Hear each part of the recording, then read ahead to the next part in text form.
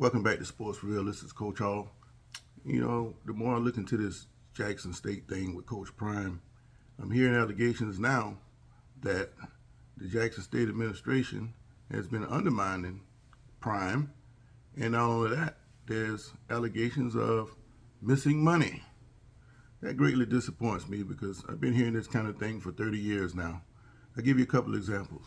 Back in 1992, I hit Barksdale Air Force Base in the Shreveport area, and we used to run down to Grambling because at that time they didn't have casinos in Shreveport and there's very little to do. So we go down to Grambling campus to try to have a little bit of fun. Well, as you get down there and you start meeting people, they start to tell you about the things that take place in their particular area. And at that time, the president, Lundy, he was being accused of misappropriating funds. So, you know, I'm down there to try to have a good time. I don't know anything about what takes place in college administration. So I started paying attention and I started listening over the years. And every 10 years or so, you hear a major story about HBCUs and money. But I'm still thinking, how can the president steal some money? You know, he'd be closely watched out of anybody else. Well, how it typically works, they take money from a fund and say like the athletic funds, let's keep it in context. They take money from athletics and they redirect it to another program. And then from there, they have other creative ways where they can take money out of that program to put it in areas where they can actually get their hands on it. Not that difficult at all.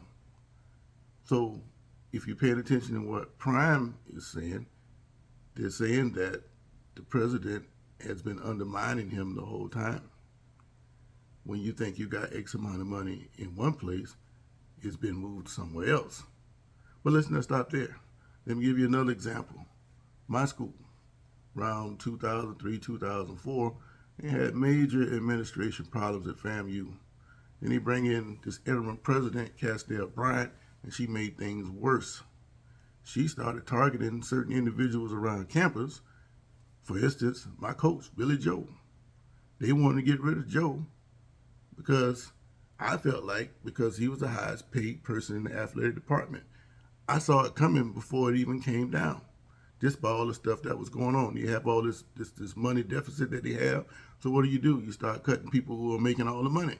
And he was the highest paid person at that time in the athletic department. So all these upheavals can be caused by the way that the president runs the program. So here we are, 10, 15 years later at Jackson State. Every time it seems like we get some kind of institution that's pointed in the right direction, like Joe had FAMU going, Sanders had Jackson State going.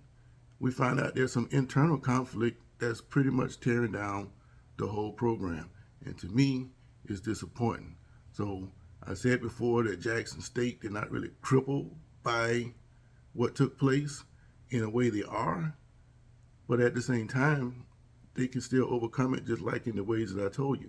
But it still comes down to selecting the right leadership. So if Mr. Hudson is actually responsible for undermining Prime in his program, then we need to take a look at Mr. Hudson and run him up out of there. And maybe we can get somebody that can run these programs like they should be. We got all the potential in the world. We got the commodity. We just need to hold on to it. But as far as Prime goes, you can't fault the man for jumping to a better opportunity for himself and his family. He showed you how to do it or what you needed to do to make things better.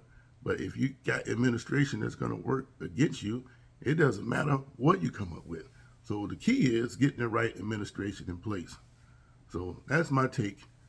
Like I say, I'm disappointed with what I'm hearing coming out of Jackson, but it's all self-inflicted. Sports for real.